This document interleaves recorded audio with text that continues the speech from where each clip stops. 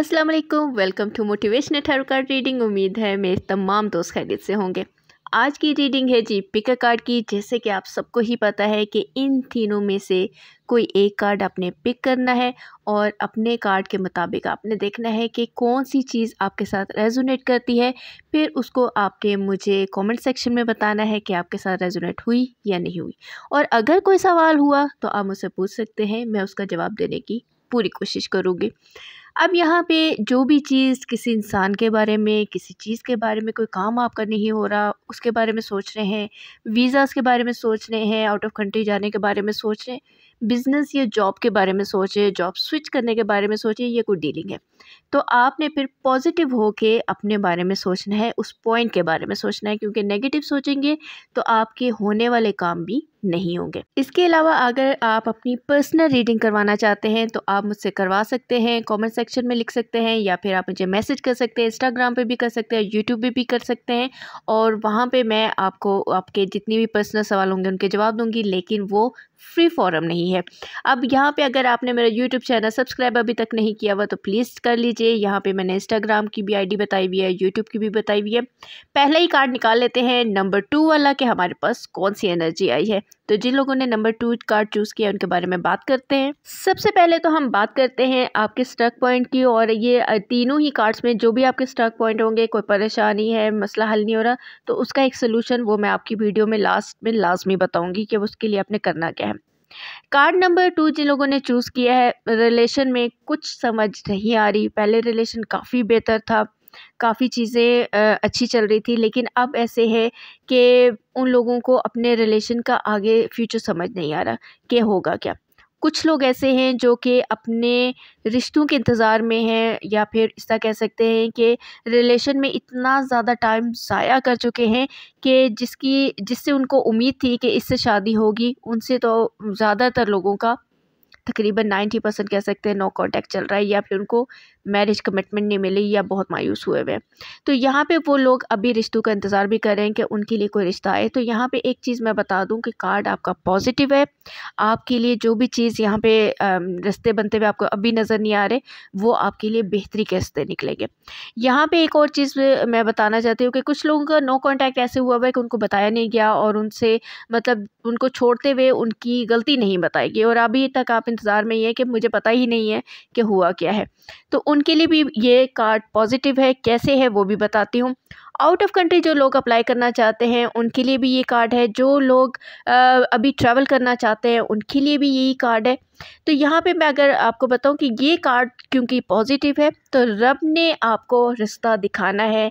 अभी तक आपको रिश्ता नज़र नहीं आ रहा था, तो कुछ टाइम ये अगले 1 से 1.5 महीने में आपको रिश्ते बनते हुए नज़र आएंगे।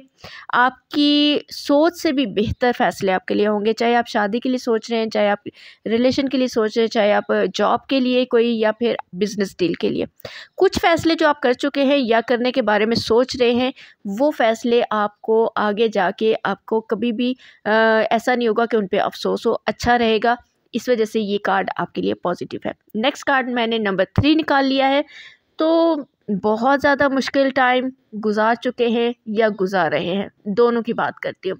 अगर तो न्यू रिलेशन है और अभी से ही आपको कोई प्रॉब्लम नज़र आ रही है, तो प्लीज़ आप लोगों को मैं यही कहूँगी कि आपके कार्ड के मुताबिक अभी से चीज़ों को ऐसा मत करें कि वक्त के साथ ठीक हो जाएंगी। ये चीज़ें वक्त के साथ ठीक नहीं होंगी। अभी से अपने रिलेशन में क्लैरिटी लाएं तो आगे रिलेशन चलाएं। अगर नहीं हो रहा, क्लैरिटी नहीं मिल रही, आपको वो इज़्ज़त नहीं मिल रही जो आप सोच रहे थे इस रिश्ते में, तो फिर मूव ऑन कर जाए। जिन लोगों के नो कांटेक्ट चल रहे हैं, आपके पर्सन आपके साथ बिल्कुल ठीक थे, सही अच्छा रिश्ता था, लेकिन कुछ बताए बगैर या गलती बताए बगैर आपसे नाराज़ हुए हुए हैं।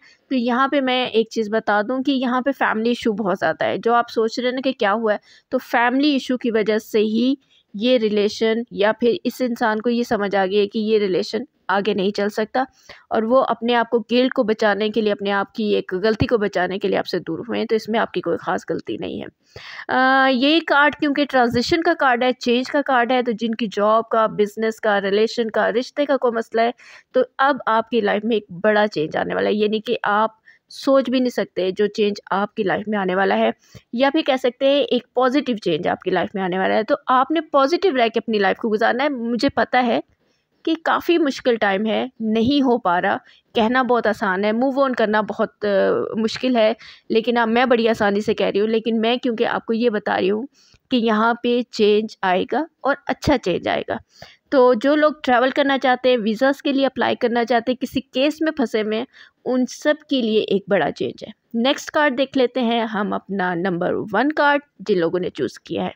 यहाँ पर अगर बात करें उन लोगों की जिन लोगों की शादियाँ हो चुकी हैं, जिनके रिलेशन को टाइम गुजर चुका है, या फिर जिनके न्यू रिलेशन बनने वाले हैं। देखिए, तीनों ही चीज़ें इसमें आती हैं, क्योंकि रिलेशन की बात करें या फिर जिनके नो कॉन्टैक्ट हो चुके, ब्लॉक हो चुके। यहाँ पे इस पर्सन के, या जो आपके पर्सन इस वक्त आपसे थोड़ी से कम बात हो रही है या हो ही नहीं रही, यहाँ पे जो भी थर्ड पार्टी है, आपके ज़हन में कुछ और आ रहा होगा कि थर्ड पार्टी कौन है। यहाँ पे थर्ड पार्टी इनकी अपनी फैमिली है। ये नहीं कि इस इंसान के ज़हन में एक चीज़ है कि आपके साथ इनकी लाइफ अच्छी गुजर सकती थी, अच्छी गुजरने के बारे में बात भी कर सकते हैं कि ये इंसान मेरे लिए बेहतर है, लेकिन इनकी फैमिली ही इनके लिए सबसे बड़ा इशू बनी हुई है। और अगर आपके नो कॉन्टैक्ट हुआ है, मैरिज कमिटमेंट नहीं हो रही, या फिर आपको टाल मटोल की बात चल रही है, या आपके मैसेजेस नहीं देखे जा रहे, फ़ोन कॉल्स को इग्नोर किया जा रहा है, तो आप यहाँ पे एक चीज़ समझ जाएं कि इस इंसान के हाथ में, ये इंसान मजबूर भी है, ये इंसान मोहताज है और अपने फ़ैसले खुद नहीं ले सकता। एक चीज़ अगर तो आप यहाँ पे सुन रहे हैं, अगर आप किसी से मैरिज के लिए कमिटमेंट देना चाहते हैं, तो फिर आपको स्ट्रॉन्ग होना पड़ेगा। 70% आपको अपनी लाइफ के बारे में सोचना पड़ेगा और 30% किसी और के बारे में, यानी कि बाकी जो लोग हैं, तभी कामयाबी मिलेगी। और अगर आप कहें कि मैं पूरे का पूरा फ़ैसला आपका कोई और करे, तो फिर आपका ये रिलेशन चलता हुआ नज़र नहीं आता। यहाँ पे जो लोग जॉब या बिज़नेस में कोई डील के बारे में सोच रहे हैं, बिल्कुल करें। अगले 10 से 15 दिन थोड़ी सी एहतियात करें, उसके बाद बेशक अगर आपने कोई चेंज करना है, जॉब स्विच करनी है, नई जॉब के बारे में बात करनी है, अप्लाई करना है, वीज़ास के लिए अप्लाई करना है, तो 15-20 दिन अपने पेपर वर्क को कंप्लीट करें और उसके बाद बेशक आप जिस तरह से भी चाहें आप अप्लाई कर सकते हैं, आपका काम हो जाएगा। केस का अगर कोई प्रॉब्लम किसी का चल रहा है, तो वो सॉल्यूशन की तरफ आएगा, लेकिन थोड़ा-सा ये होगा कि बातचीत आपको करनी पड़ेगी। बहुत ज़्यादा अकड़ के साथ अगर आप चलेंगे, तो आपके काम यहाँ पे मसला ही करेंगे। अब इन तीनों ही कार्ड में कुछ ज़्यादा ही प्रॉब्लम्स हैं, यानी कि हैं तो ये पॉजिटिव कार्ड्स, मसले हल होंगे टाइम के साथ, लेकिन तीनों में प्रॉब्लम है। तो करना क्या है? पॉजिटिविटी आपसे दूर हो जाती है। जैसे ही आप पॉजिटिव होने लगते हैं, आपके दिमाग में नेगेटिव चीज़ें चलना शुरू हो जाती हैं, चाहे किसी इंसान के बारे में, काम के बारे में। सूरह शम्स आपने 5 बार दिन में पढ़नी है। ये चीज़ आप नहीं कर पाएंगे, मैं आपको लिख के देती हूँ, क्योंकि आप लोगों ने करना है, एक दिन पढ़ना है और दूसरे दिन छोड़ देना है। सूरह शम्स आप दिन में 5 बार पढ़ना शुरू कर दें। आपके काम अगर ना हुए, तो फिर आप कहिएगा, आपके काम आहिस्ता आहिस्ता पॉजिटिवली आप सोचते जाएंगे और आपके काम होते जाएंगे। चाहे किसी का रिश्ता होना है, चाहे किसी की जॉब का मसला है, चाहे किसी की बिज़नेस डील नहीं हो रही, वीज़ा का कोई मसला चल रहा है, या वीज़ा के जो पेपर्स होते हैं, या इंटरव्यू के लिए कॉल नहीं आ रही, तो ये सारे काम आपके वक्त के साथ आहिस्ता आहिस्ता आपके होना शुरू हो जाएंगे।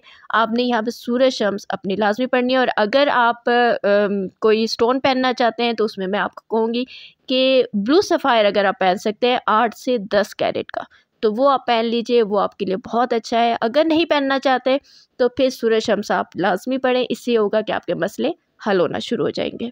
काफ़ी सारी चीज़ें मैंने इसमें कवर करने की कोशिश की है। अगर फिर भी कोई चीज़ आप मुझसे पूछना चाहते हैं, किसी का नो कॉन्टैक्ट है, किसी की शादी का मसला चल रहा है, कोई जॉब का मसला, या बिज़नेस में कोई डील का मसला है, या वीज़ा का मसला है, तो आप मुझसे अलग से कोई सवाल कर सकते हैं। कमेंट सेक्शन में अपनी डेट ऑफ बर्थ और नाम के साथ, मैं कोशिश करूँगी जवाब दे दूँ।